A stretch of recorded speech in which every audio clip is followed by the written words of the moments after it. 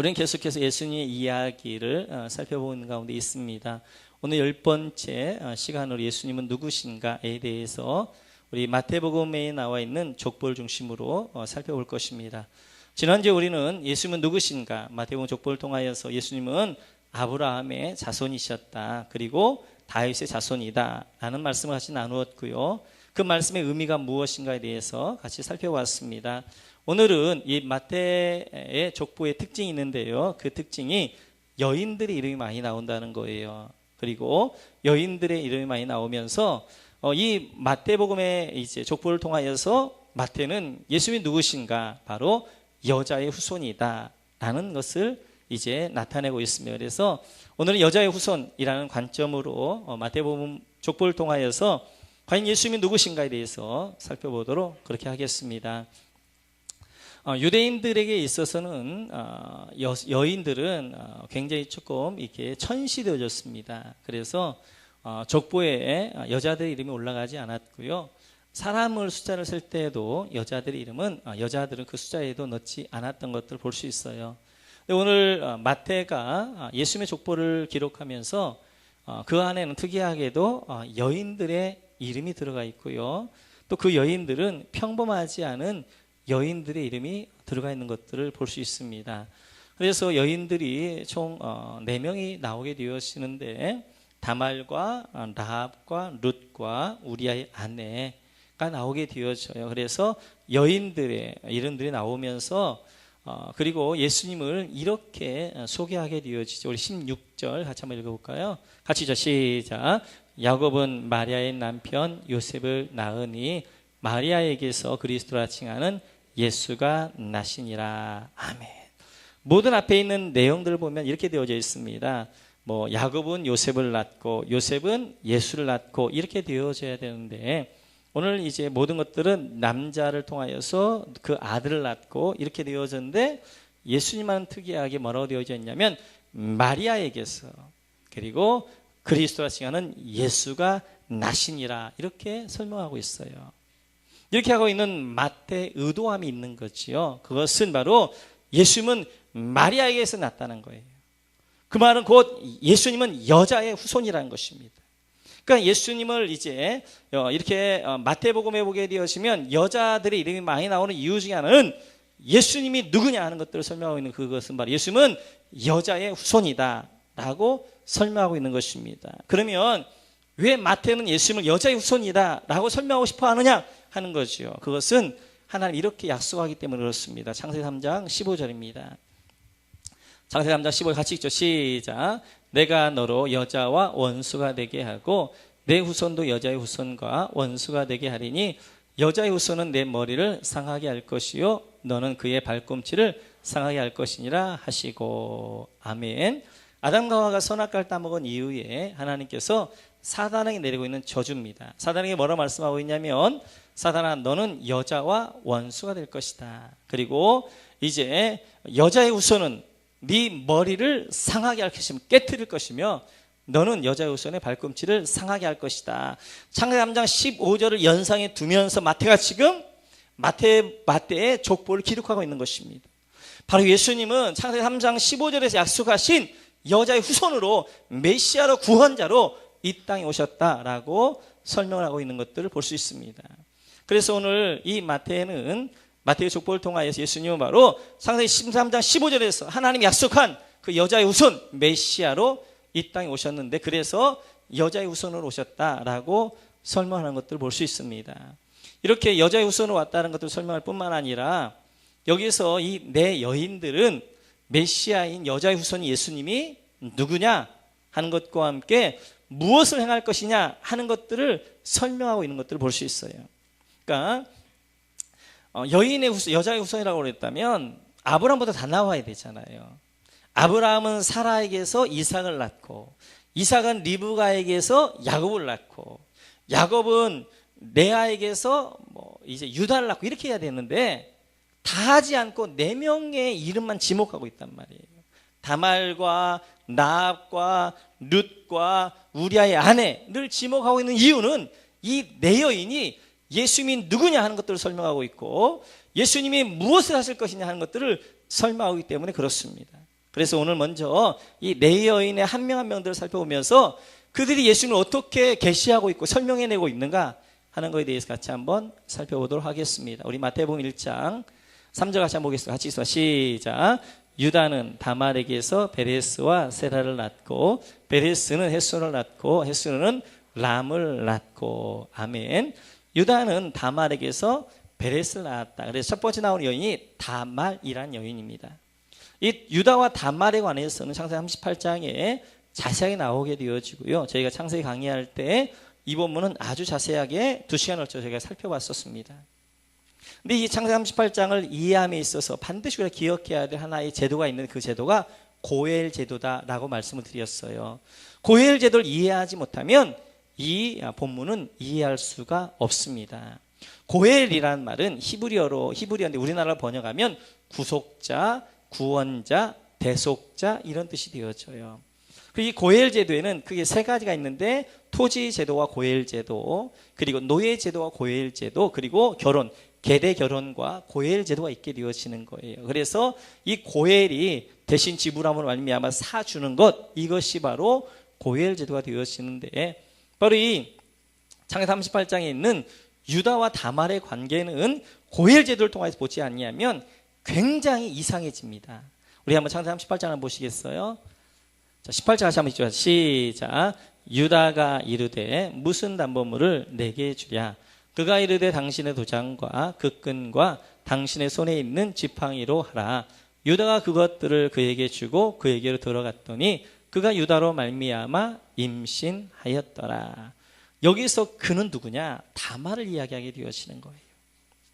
그래서 이제 유다는 다말의 시아버지가 되어지고, 그리고 다말은 유다의 이제 며느리가 되어지는 거예요. 근데 이 유다의 며느리가 된 다말이 창기로 분장을 하게 되어지고, 그리고 그 창녀에게 시아버지 유다가 들어가게 되어지는 것이고, 그리고 시아버지와 며느리가 관계를 해서 아이를 임신하게 되어졌다는 거예요. 이것을 이제 고일한 제도를 가지고 보지 아니하면 불륜도 이런 불륜이 없지요. 더러운 것도 이렇게 더러운 것이 없지요. 우리가 성경을 보면서 반드시 기억해야 될 것이, 성경은 지금의 도덕적 잣대를 가지고 그 당시를 재단하면 안 되는 거예요. 지금 이 당시는 지금부터 약 4,000년 전의 시대란 말이에요. 또 하나, 성경을 너무나 도덕적 윤리적 잣대로만 가지고 이제 판단하게 되면 성경을 제대로 그 안에 있는 진리를 제대로 드러낼 수가 없는 거예요. 그래서 오늘 이 내용은 시아버지와 이제 며느리가 불륜을 해서 아이를 낳았다 이런 이야기를 하고 싶은 것이 아니라 고엘 제도를 통하여서 말씀하고 싶은 거 하는 거예요. 이 고엘 제도, 그러니까 계대 결혼과 고엘 제도, 결혼 제도, 고엘 제도라는 것이 있는데, 그건 이것이지요. 한 집안에 장자가 있어요. 장자가 있는데 결혼을 하게 되어졌습니다. 그럼 반드시 장자는 아들을 낳아서 그 계보를 이어야 된단 말이에요.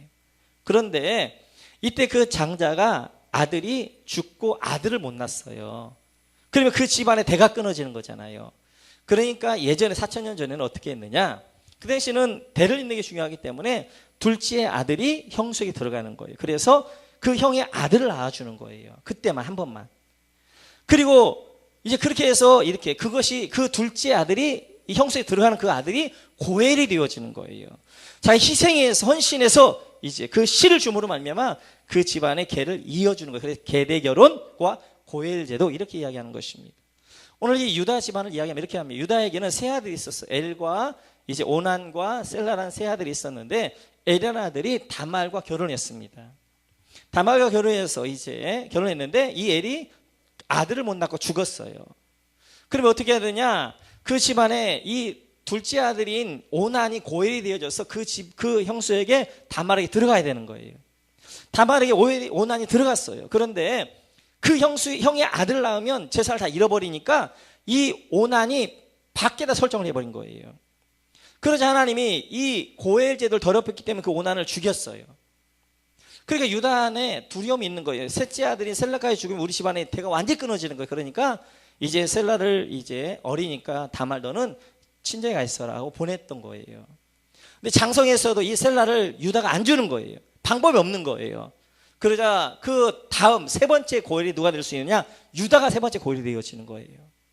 그래서 이 다말을 할 수 있는 일은 자기가 창기로 변장해서 그 시아버지와 함께 관계, 그 고엘, 세 번째 고엘인 시아버지와 함께 관계를 가져 그 아들의 계보를 이어주는 거예요. 지금의 도덕적 잣대를 가지고 되면 안 되는 거예요. 지금은 4,000년 전이에요. 우리나라 1,000년 전에 고려시대만 해도 자매같이 들어갔고요. 형제들이 결혼하고 이건 아무런 문제가 되어지지 않았어요. 그래서 이제 이 다말이 창기로 분장을 하게 되어지는 거예요. 시아버지와 관계를 갖는 것이 얼마나 좋겠어요. 부끄러운 거예요. 그러면 그 부끄러움과 수치를 무릅쓰고라도 그 집안의 대를 이어줘야 되는 의무가 있기 때문에 이 다말이 창기로 변장해서 가게 되어지고, 그리고 유다가 들어와서 아이를 낳게 되어 그 아이가 베레스라는 아이를 낳게 되어진 거예요. 그래서 이 다말이 아이를 임신했다라는 소식을 듣게 되어지고, 유다가 그 다말에게 이렇게 고백을 하는 거예요. 우리 창세기 38장 한번 보시겠어요? 같이 한번 20절 같이 시작. 유다가 그것들을 알아보고 이르되 그는 나보다 옳도다. 내가 그를 내 아들 셀라에 주지 아니하였음이로다 하고 다시는 그를 가까이 하지 아니하였더라. 유다가 다말에게 뭐라고 하냐? 그는 나보다 옳다. 이 옳다란 말이 히브리어로 짜다크인데요. 이 짜다크라는 말은 의롭다란 말입니다. 의롭다. 어떤 관계 속에서 자기의 의무를 다한 사람을 가리켜 짜다크, 의롭다라고 이야기했는데, 다말은 가족관계 속에서 자기의 수치와 부끄러움을 다하면서까지라도 그 집안의 계를 이어줘야 돼. 계보를 이어줘야 될 그 사명을 감당함으로 말미암아 유다가 너는 짜다크, 의롭다라고 이야기하는 거예요. 문제가 안 돼요. 고헬과 계대 결혼해서. 이렇게 다말은 자기의 수치를 무릅쓰고라도 그 집안의 계보를 이어주기 위하여서 대신 이제 이렇게 지불함으로 말미암아 그 집안의 대를 이어주었던 것들을 볼 수 있습니다. 마찬가지로 우리 예수님이 우리의 고엘이라는 거예요. 할렐루야. 예수님 우리의 구속자, 구원자라는 거예요. 예수님 하늘 영광의 수치를 다 버리시고 이 땅에 십자가에서 날 위해서 대속, 나를 핏값으로 갚아주심으로 말미암아 나의 고엘 이어줘서 나를 살려주시고 나를 구원해 주셨다라는 의미가 이 유다 안에 있는 것입니다. 특별히 유다와 베레스라는 아들을 통해 더 선명하게 드러나는데요. 이제 다말과 베레스를 통하여서 이제 마태복음 1장 3절을 보면 이렇게 말하고 있죠. 같이 한번 다시 읽어볼까요? 같이 시작. 유다는 다말에게서 베레스와 세라를 낳고, 오늘 이렇게 이야기한단 말이에요. 유다는 베레스를 낳고 이렇게 해도 되는데 다말에게서 베레스를 낳고 이렇게 말하는 이유는 베레스는 예수님의 예표도가 되어져요. 베레스는 바로 다말이 낳았다. 다말은 여자이잖아요. 여자의 자손, 여자의 아들이 누구예요? 베레스잖아요. 근데 베레스라는 뜻이 있어요. 이 베레스라는 히브리어 뜻이 뭐냐면, 베레스라는 것은 깨뜨렸다, 터뜨렸다 라는 뜻이 되어지는 거예요. 그래서 여자의 후손이 깨뜨렸다, 터뜨렸다, 이 말은 창세기 3장 15절에 보게 되면 하나님 이렇게 말씀하시잖아요. 여자의 후손은 뱀의 머리를 깨뜨릴 것이며, 그래서 다말, 여자의 후손 아들 베레스가 깨뜨렸다라고 이야기하면서 바로 예수님은 마리아에게서 나셨는데, 바로 그 예수님은 이제 사단의 머리를 깨뜨린 자, 할렐루야, 구속자, 할렐루야, 구원자, 할렐루야, 고엘이다, 이렇게 말씀하게 되어지는 거예요. 그래서 바로 이 다말과 베레스를 통하여서는 바로 예수님 우리의 고엘 되어주심, 우리의 구원자 되심, 우리의 대속자 되심을 분명하게 선명하게 드러나게 되어져요. 그 다음에 보게 되어지면 1장 5절에서 이렇게 말씀하지요. 같이 한번 볼까요? 같이 시작. 살몬은 라합에게서 보아스를 낳고, 보아스는 룻에게서 오벳을 낳고, 오벳은 이새를 낳고. 아멘. 살몬은 라합에게서 보아스를 낳고, 두 번째 등장한 여인이 라합이라는 여인입니다. 이 라합이라는 여인을 통해서 예수님을 이제 드러나게 되어지고 선명하게 우리 보여주는데, 그러면 이 라합이 누구냐는 것이지요. 여호수아서 2장 1절 한번 보시겠어요? 같이 시작. 눈의 아들 여호수아가 시딤에서 두 사람을 정탐꾼으로 보내며 이르되 가서 그 땅과 여리고를 엿보라 하며 그들이 가서 라합이라 하는 기생의 집에 들어가 거기서 유숙하더니. 아멘. 여기서 이제 이 라합이 누구냐? 기생이라는 거예요. 기생. 여리고성의 기생입니다. 그래서 여호수아가 여리고성을 정탐하기 위해 정탐꾼 2명을 보냈어요. 2명을 보내면 그들이 어디에서 유숙했냐면 이 기생의 집 라합의 집에서 유숙하였어요. 그리고 그 집에 있으면서 여리고성을 이렇게 정탐을 하게 되어지는데 이들이 발각이 되었어요. 그래서 여리고 왕이 군사를 보냅니다. 군사를 보내서 그들을 이제 잡아가게 되어졌어요. 그 꼼짝없이 잡히게 되어져 있었어요. 그런데 이때 라합이 이들을 다락방에 숨기는 거예요. 그리고 군사들이 왔을 때 너희 집에 유숙하던 그 두 사람이 어디 갔느냐라고 했더니 그들이 이미 갔습니다. 저기로 갔습니다. 그래서 글라임 따돌리게 만들었어요. 그리고 이제 라합이 그 창문에다가 밧줄을 매달아서 그 창문에서 내려가게 했어요. 왜냐하면 라합의 집은 여리고 성이 있으면 그 성벽 위에 있었거든요. 성벽 위에 있었기 때문에 성벽을 내려가기 위해서는 그 집에서 창문에다가 밧줄을 내리면 거기에 내려가게 되어져 있었어요. 그래서 그리로 내려가는데 내려가기 전에 그 정탐꾼들이 라합에게 이렇게 이야기하는 것입니다. 같이 한번 볼까요? 2장 18절 같이 읽죠. 시작. 우리가 이 땅에 들어올 때에 우리를 달아내린 창문에 이 붉은 줄을 메고 내 부모와 형제와 내 아버지의 가족을 다 네 집에 모으라. 아멘. 이 정탐꾼들이 가면 이렇게 이야기하는 것입니다. 우리를 달아낸 이 창문에다가 이제 우리가 여기를 정복하러 올 때에 붉은 줄을 매달아라. 붉은 줄을 매달면 우리가 정복해 왔을 때 이 집에 있는 사람들, 너의 아버지, 너의 가족들, 모든 이 집에 있는 사람들은 다 구원을 받을 것이다 라고 이야기를 해주게 되어져요. 그래서 결국 여호수아가 군대를 이끌고 여리고성에 들어왔다가 그 여리고성을 점령했지만 그 라합이 이제 붉은 줄이 있었던 이 집안에 있던 사람들, 그 사람들은 구원을 받았던 거예요. 지금 마태가 라합에게서 이제 이렇게 낫다 이렇게 말하고 있을 때 그 라합을 연상하고 있는 것은 이 장면을 연상하고 있는 거예요. 붉은 줄을. 그래서 이 라합의 붉은 줄 집 안에 들어왔던 사람들은 구원을 받았던 것처럼 이제 앞으로 예수님께서 메시아가 십자가에서 보혈의 피, 붉은 피를 흘리게 될 터인데 그 붉은 피 보혈 아래 들어가는 모든 사람은 구원을 받을 수 있다라고 이야기하는 것입니다. 그래서 예수님이 십자가의 죽으심이 그냥 죄인으로 죽으신 것이 아니라 우리를 살려내기 위한 보혈의 피였고 붉은 피였다. 그 십자가의 보혈 안에 들어가면 살 수 있다. 구원받을 수 있다라는 것들을 이 마태는 이 족보를 통하여서 말씀하고 있는 것들을 볼 수 있습니다. 세 번째 여인이 루시라는 여인인데요. 우리 1장 5절 같이 한번 읽어볼까요? 다시 같이 시작. 살몬은 라합에게서 보아스를 낳고 보아스는 룻에게서 오벳을 낳고 오벳은 이새를 낳고. 아멘. 세 번째 나오는 여인이 룻이라는 여인인데요. 이 룻은 룻기에 잘 나와 있습니다. 근데 이 룻도 고엘 제도를 이해하지 못하면 룻기를 이해할 수가 없어요. 고엘 제도, 고엘이라는 것은 구속자, 구원자, 대속자 이렇게 이야기하는데 바로 다말이 계대 결혼과 고엘 제도였다면 이 룻은 토지 제도와 고엘 제도가 되어지는 거예요. 그래서 이 토지 제도와 고엘 제도는 어떤 것이냐면 지금 제가 이제 형편이 어려워서 토지를 이제 팔았단 말이에요. 팔았으면 이제 내가 먹고 살 일이 없잖아요. 그러면 나하고 가장 가까운 이제 친척이 이제 동생 되어지는 뭐 권도경 집사나 권도경 집사가 제일 번에 이제 기업 물을자가 되어지는 것이 그러면 그가 고엘되어져서 이 토지들을 사가 나에게 다시 돌려주는 거예요.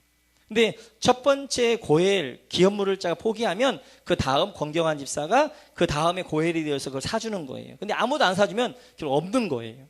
그게 이제 고엘 제도. 자기가 자기 돈을 지불해 가지고 토지를 사서 돌려주는 것. 이게 고엘 제도와 토지 제도가 되어지는 거예요.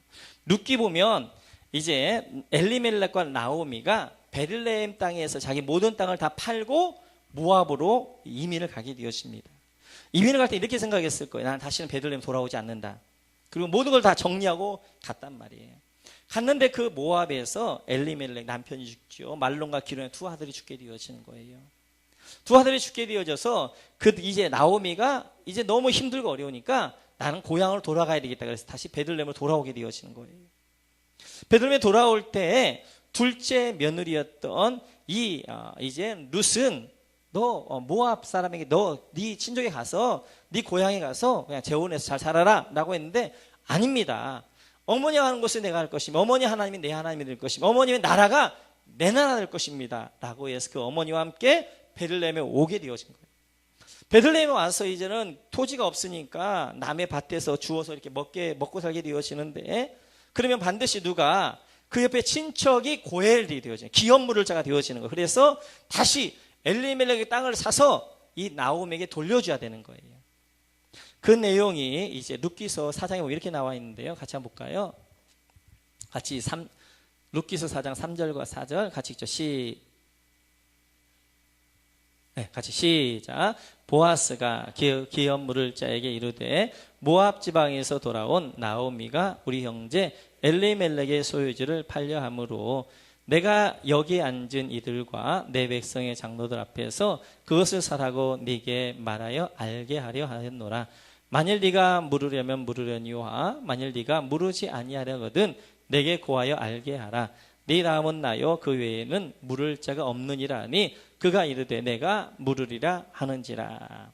지금 보아스가 이제 이 나오미 엘리멜렉의 첫 번째 기업 물을 자 고엘에게 지금 장로들 앞에 묻고 있는 것입니다.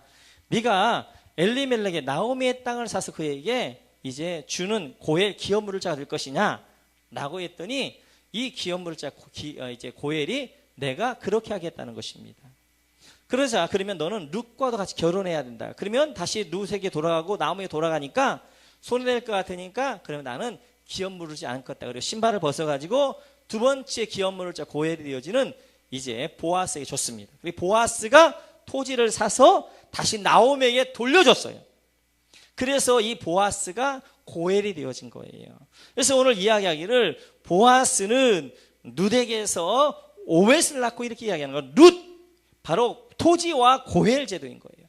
바로 이 룻의 그 보아스가 고엘이 되어져서 바로 나오미의 토지를 사서 다시 나오미에 돌려줬다라는 것들을 말씀하고 있는 거예요. 바로 우리 예수님이 우리의 고엘로 오셨는데 아담과 하와가 선악과를 따먹으로 말미암아 하나님 나라를 잃어버렸어요.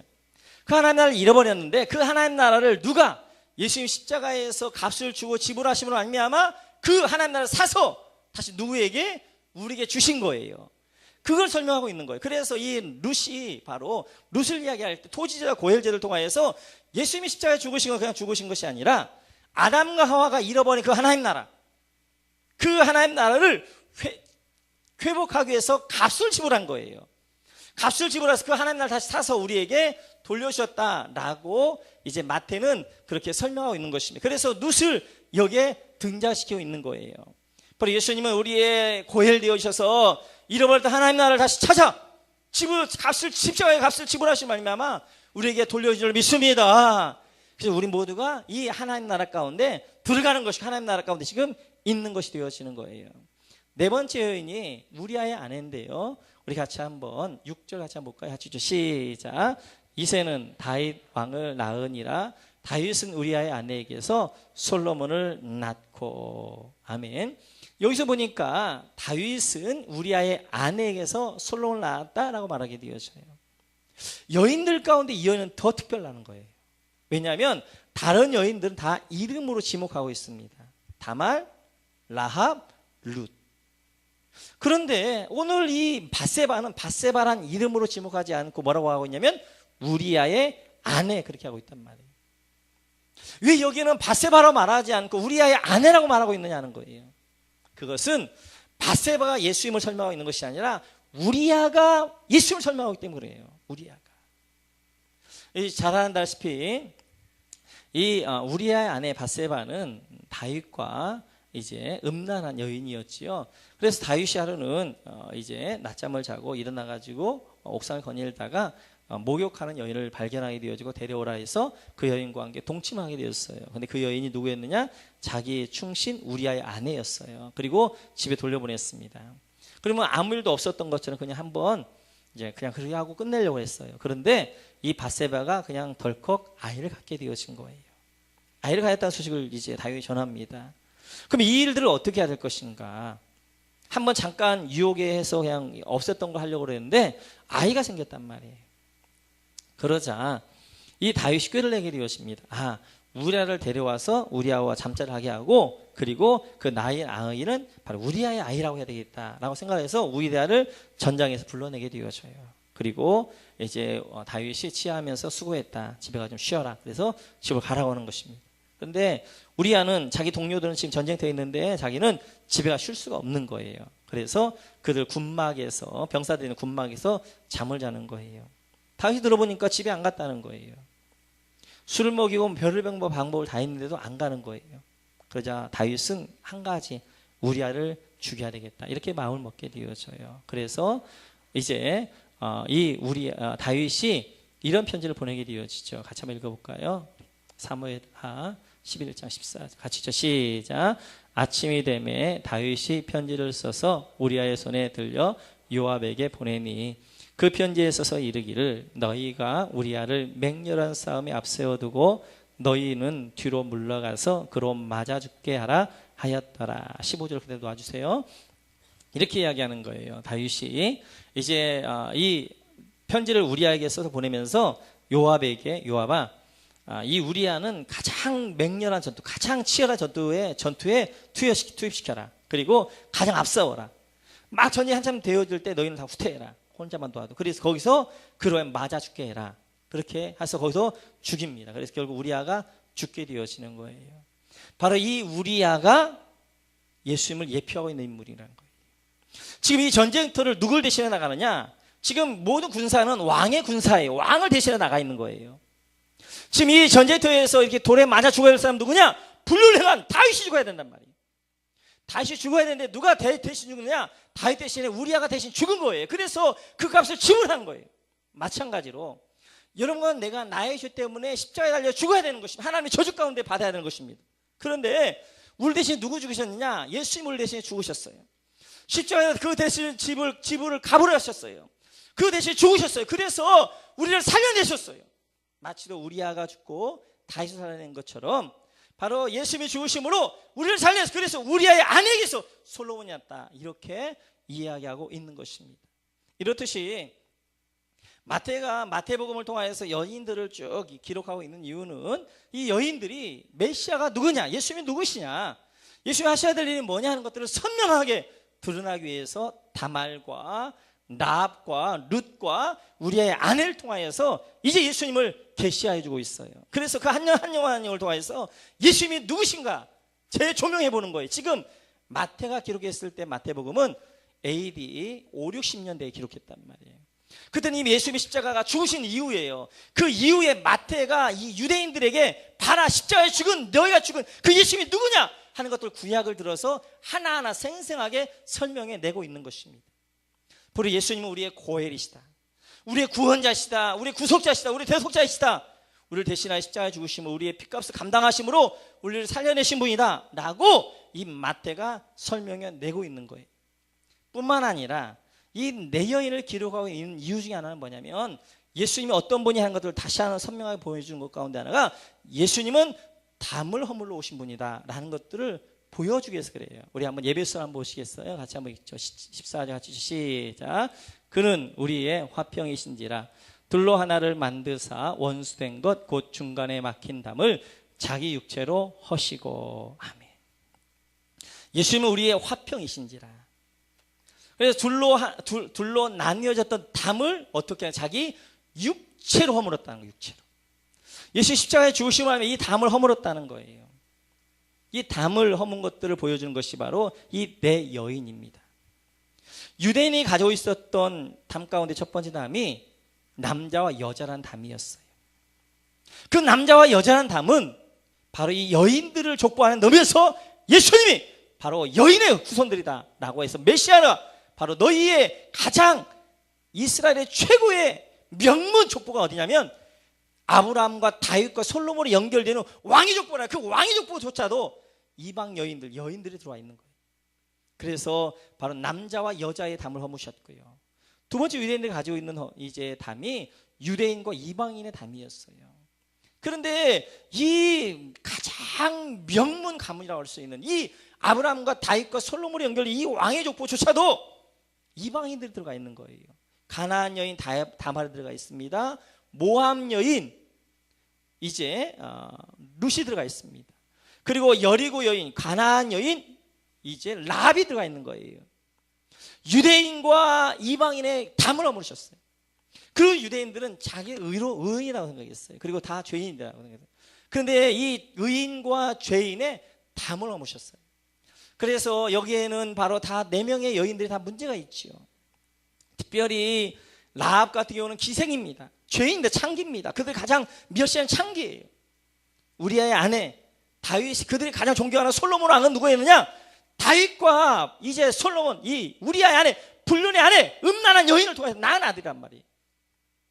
그래서 이 의인과 죄인의 담을 예수님이 허무셨어요. 예수님은 담을 허무시고 다리를 놓는 분이세요. 할렐루야. 담과 다리는 대조적인 역할이지만 굉장히 이미지예요. 담은 분열시킵니다. 다리는 연결시키는 거예요. 담은 나눕니다. 다리는 하나 되어지게 하는 거예요. 사단이 나누었던 걸 하나님이 하나 되게 하시기 위해서 십자가에 달려 돌아가셨다. 그 십자가는 크로스는 뭐냐? 하나님과 우리 사이에 나눠있던 것을 예수님이 다리를 허무셔서 직접 십자가에 죽으심을 하며 그 휘장을 찢음으로 말미암아 하나님과 우리 사이에 다리를 놓아주셨고요. 사람과 사람, 유대인과 이방인, 여인, 여자와 남자, 죄인과 의인, 이 담을 예수님께 허우셔서 다리를 놓아주셨어요.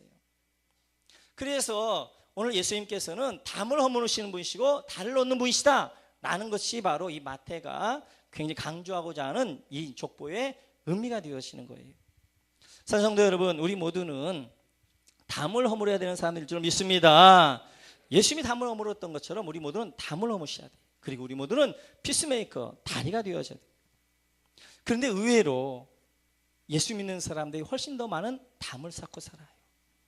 담을. 우리는 진리를 가지고 있다는 그 한 가지 이유 때문에 너무나 많은 담을 쌓고 살아요. 사람과 사람의 담을 쌓고 삽니다. 예수 믿는 사람은 한 번요 관계가 틀어지면요 그 관계가 회복되기가 굉장히 많이 어려워요. 담을 그래 쌓고 사는 거예요. 담을 쌓는 것은 남과 내가 구별되기도 하지만 더 무서운 것은 그 담 안에가 갇힌다는 거예요. 그래서 가인이 범죄한 이후에 가장 먼저 한 일이 뭐였냐면 성을 쌓는, 담을 쌓는 일이었어요. 예수 안 믿는 데는 담을 쌓을 수밖에 없어요. 왜냐하면 그들은 보호자가 없으니까 자기가 자기를 보호해야 되니까 담을 쌓아 자기를 보호하게 되어지는 거예요. 그런데 셋은 에녹 죽은 이후에 셋은 아벨 죽은 이후에 셋은 가장 먼저 뭘 했냐면 여호와의 이름을 불렀어요. 담을 쌓지 않아요. 하나님이 예외했어요. 왜요? 그에게는 하나님이 그의 방패와 보호자가 되어주시니까. 우리 모두는 예수님의 담을 허무셨고 다리를 놓았던 것처럼 우리는 이 시대 가운데, 이 세상 가운데, 우리의 직장 가운데, 우리의 사회 가운데, 가정 가운데, 사람과의 관계 가운데 담을 허물고 다리를 놓는 분들일 줄 믿습니다. 그걸 우리 모두가 감당해야 되는 거예요. 그런데 담을 허물기 위해서는 반드시 희생이 필요한 거예요. 예수님께 담을 허물기 위해서 어떻게 해야 돼요? 십자가에서 이제 피 흘려 돌아가신 희생을 했던 것처럼 그 담을 허물기 위해서는 내가 먼저 낮아져야 되는 거예요. 내가 먼저 손을 내밀어야 되는 거예요. 내가 먼저 양보해야 되는 거예요. 내가 먼저 다가가야 돼요. 그래야 담을 허물 수 있는 거예요. 나는 안 하고 너 먼저 해라 하면 절대로 그 담은 허물어지지 않는 것입니다.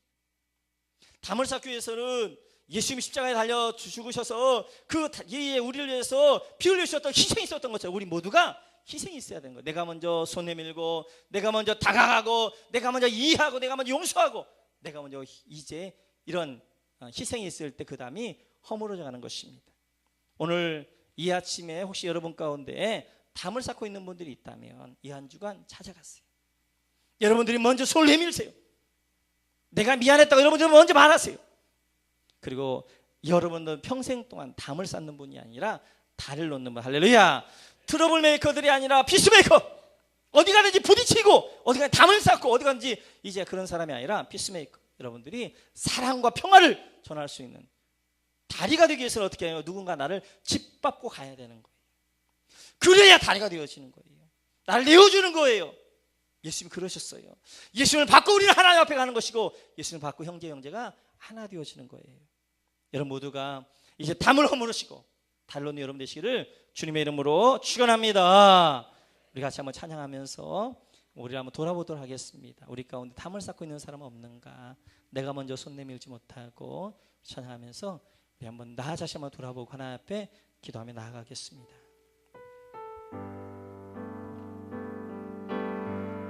내가 먼저 손 내밀지 못하고 그가 먼저 손 내밀길 원했던 우리 모습 다시 한번 돌아보면서 나아졌겠습니다. 내가 먼저 손 내밀지 못하고 내가 먼저 용서하지 못하고 내가 먼저 웃음 주지 못하고 이렇게 머뭇거리고 있네. 그가 먼저 손 내밀길 원했고 그가 먼저 용서하길 원했고 그가 먼저 의율하길 원했네. 나는 어찌된 사람인가.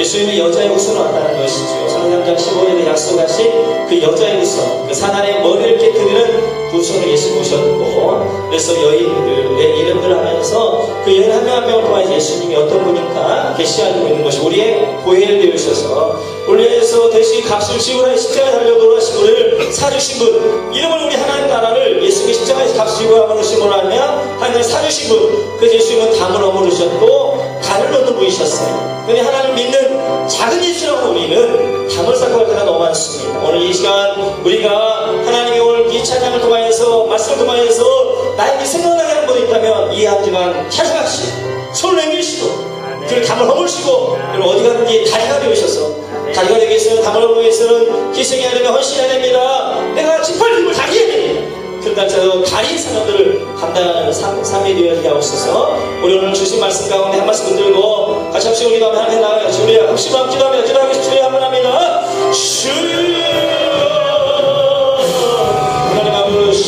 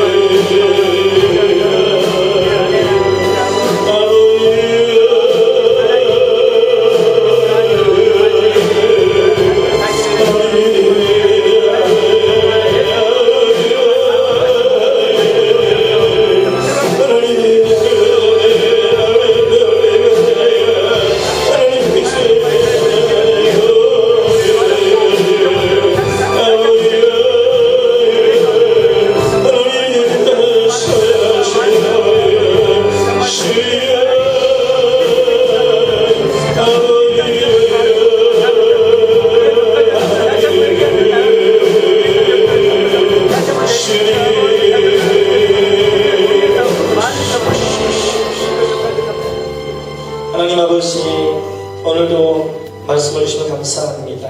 이 말씀을 순종하며 사는 저를 이어줄 수 있게 도와 주옵소서. 제 치유도 하겠습니다. 머리에 이제 향기의 기름 부어 원하시는 분들은 머리에서 얹고 기도하며 하나님 아버지, 이 험난한 세상, 이 약한 세상 내 힘만을 가지고 살아갈 수 없습니다. 성령으로 기름 부어 주옵소서. 성령으로 충만케 하여 주옵소서. 하나님 아버지, 마음의 눈물과 아픔과 슬픔과 또한 여러가지 근심과 염려와 무거운 짐과 상처를 가지고 나온 주의 성도들의 얼음 만져주시고 저희 심령들 만져주시고 회복하여 주시는 은혜가 있게 하여 주시며 모든 하나님 앞에 맡게 하여 주옵소서. 유신시를 가지고 나왔습니다. 하나님 그분만 손얹어 기도하오니 하나님 신앙 확철을 받아 주시고 치료하여 주옵소서. 치료하여 주옵소서. 내가 나서의 수술 명하노니 약가운데로운 병만은 떠나갈 시오다. 사단의 결박들이 시오다. 나갈 시오다. 하나님의 영광 가운데를 임하는 하나님의 충만한 삶이 되어지게 인도하여 주옵소서. 모든 일만 기도 예수님의 이름으로 기도하옵나이다. 아멘.